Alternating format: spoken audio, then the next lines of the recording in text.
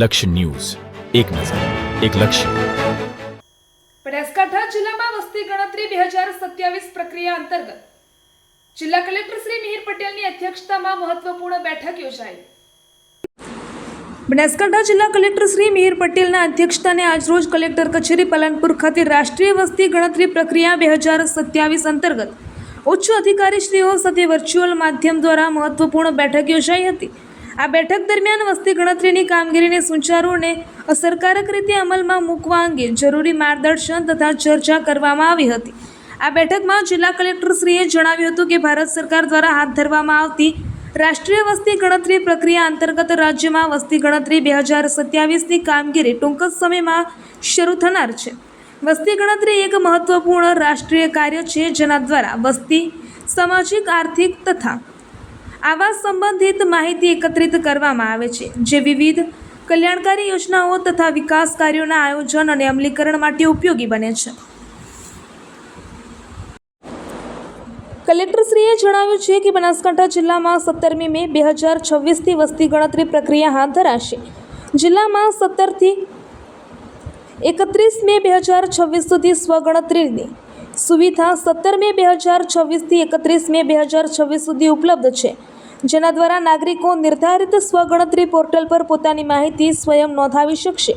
ત્યારબાદ ઘર યાદી અને મકાનોની ગણતરીની કામગીરી 1 જૂન 2026થી 30 જૂન 2026 દરમિયાન હાથ ધરવામાં આવશે, જેમાં વસ્તી ગણતરી કર્મચારીઓ ઘરે ઘરે જઈ માહિતી એકત્રિત કરશે અને જેઓના દ્વારા સ્વગણતરી કરવામાં આવી છે તેઓના SCID એકત્રિત કરશે. કલેક્ટરે બનાસકાંઠા જિલ્લાના તમામ નાગરિકોને આહવાન કર્યું છે કે તેઓ આ મહત્વપૂર્ણ રાષ્ટ્રીય કાર્યમાં સક્રિય સહભાગી બને અને સ્વગણતરીની સુવિધાઓનો લાભ મેળવે.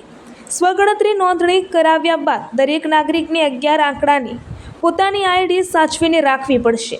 વસ્તી ગણતરી અંતર્ગત ટીમ જ્યારે નાગરિકો સુધી પહોંચે ત્યારે આ ID આપવું જરૂરી રહેશે. આ તમામ માહિતી વસ્તી ગણતરી અધિનિયમ મુજબ સંપૂર્ણપણે ગોપનીય રાખવામાં આવશે અને તેનો ઉપયોગ માત્ર આંકડાકીય તથા વિકાસલક્ષી હેતુઓ માટે જ કરવામાં આવે છે.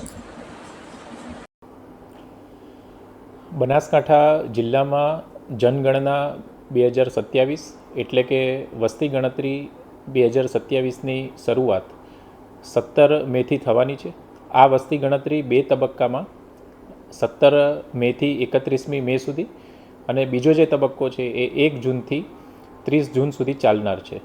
પ્રથમ તબક્કામાં નાગરિકો પોતાની જાતે જ se.census.gov.in ઉપર સેલ્ફ એનમરેશન એટલે કે સ્વગણતરી ફોર્મ ભરી શકશે.